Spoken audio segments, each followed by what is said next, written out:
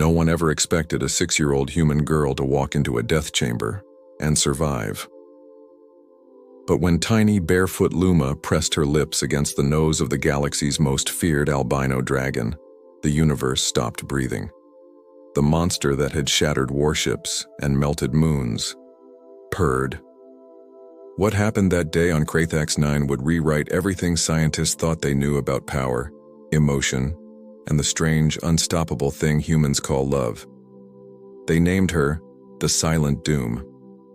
But history remembers her differently. If you're new here, welcome to the Legends of Humanity. Make sure to subscribe for more mind-blowing HFY stories about what makes us human, even among stars. Tap like if you believe empathy can be stronger than any weapon, and share this one with someone who still believes in impossible bonds. Alright, ready? Let's dive into the story of Luma and Whisper. They called her Whisper, though there was nothing quiet about her. She was a bioengineered albino war dragon, 3 stories tall, scales like bleached metal, eyes that burned like dying stars. Born in the storms of Krathax 9, she had torn through warships, scorched fleets, and outlasted vacuum itself. When the Galactic Coalition captured her, they locked her behind a shimmering containment field and swore no living being would ever cross it again. They studied her like a weapon, never as a life.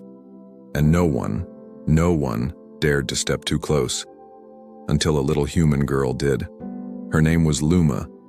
Barefoot, 6 years old, a child from the burned-out colonies of Orson Fee, a forgotten refugee brought along on a diplomatic tour. The adults were distracted, arguing over budgets, politics, and the ethics of keeping a living superweapon in chains. Somewhere in the chaos, the little girl slipped away. At first, no one noticed. Then the alarm screamed. On the surveillance feeds, guards froze. There she was, a tiny figure standing before the humming containment field, her patched tunic fluttering in the recycled air. Behind it, the dragon stirred. Again, massive claws scraped metal. Her breath fogged the glass. The child tilted her head, curious, unafraid. "Stop her," shouted Dr. Mazon, the lead xenobiologist. "She'll be vaporized." But it was already too late. Whisper's head lowered, nostrils flaring as static danced across her pale scales. The lab filled with the growl of an approaching storm. Every soldier aimed his plasma rifle. And then, something no one could explain happened. Luma smiled.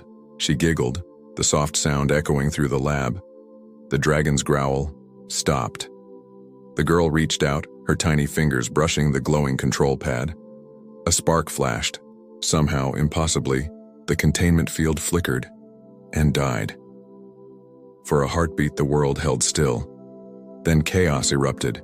"Shut it down! Get her out! She's going to kill her!" Guards shouted. Scientists stumbled. Rifles whined to charge.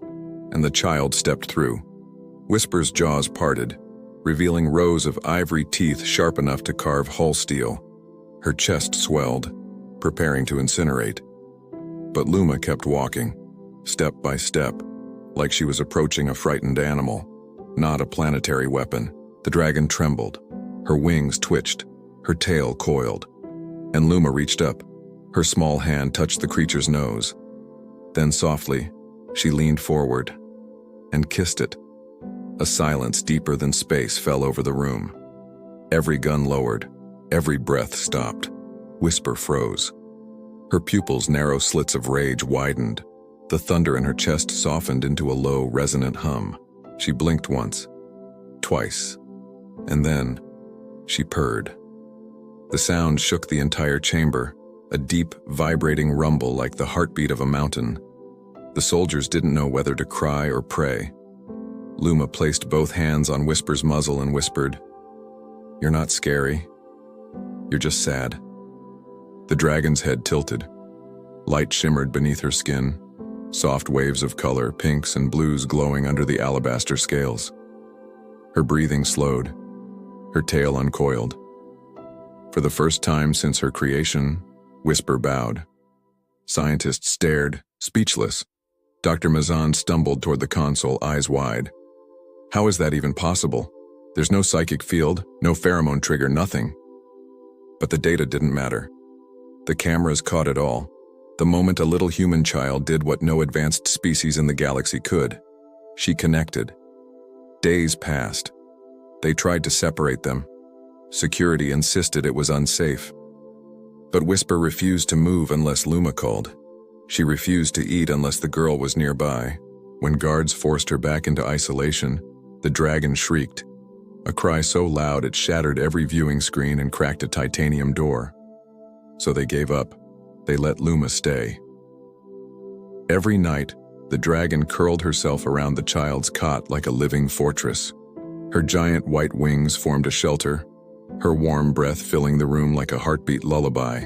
Luma would braid tiny ribbons into the dragon's horns, hum songs of Earth, and tell her about oceans Whisper had never seen.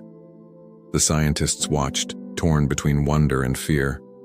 A creature designed to destroy had become gentle. And yet beneath that peace, everyone sensed it, something ancient stirring, something powerful. Because when Luma looked into Whisper's eyes, the dragon didn't just see a child, she saw a soul. And for the first time in her long, tortured existence, she wasn't a weapon. She was loved. Months passed, and the galaxy whispered of the impossible, a little human girl who tamed the deadliest creature ever built.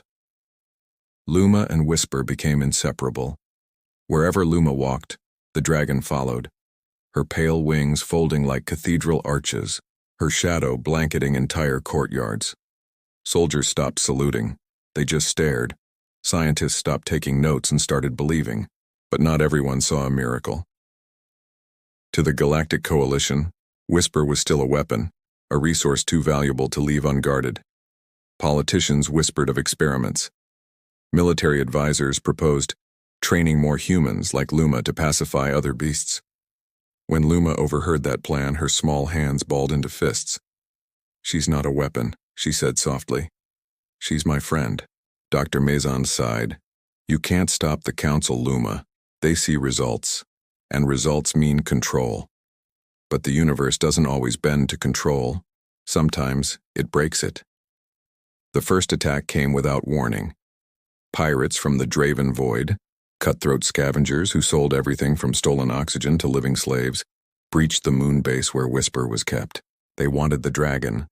They wanted the girl. Sirens blared. The security grid failed. And deep in the habitat dome, Luma woke to the sound of plasma fire. "Whisper?" she whispered. The dragon stirred. Her head rose slowly, eyes glowing white. When the first explosion hit, Whisper moved like a hurricane unleashed. She tore through the bulkheads, shredded hulls with claws that cut like light. Pirate ships burned midair. Those who tried to flee found themselves caught in wings that spanned half the sky. She was no longer tamed. She was protecting. And when the smoke cleared, there were no human casualties, only ash where the invaders once stood. But victory came with a cost. Whisper's scales were cracked. Her chest smoked from plasma burns. She limped back into the hangar, bleeding light from every wound. Luma ran to her side. "Good girl," she whispered, tears streaking her face. "You did so good." Whisper lowered her massive head. The dragon who had once terrorized galaxies now purred like a mother soothed by her child's voice. The coalition couldn't ignore it anymore.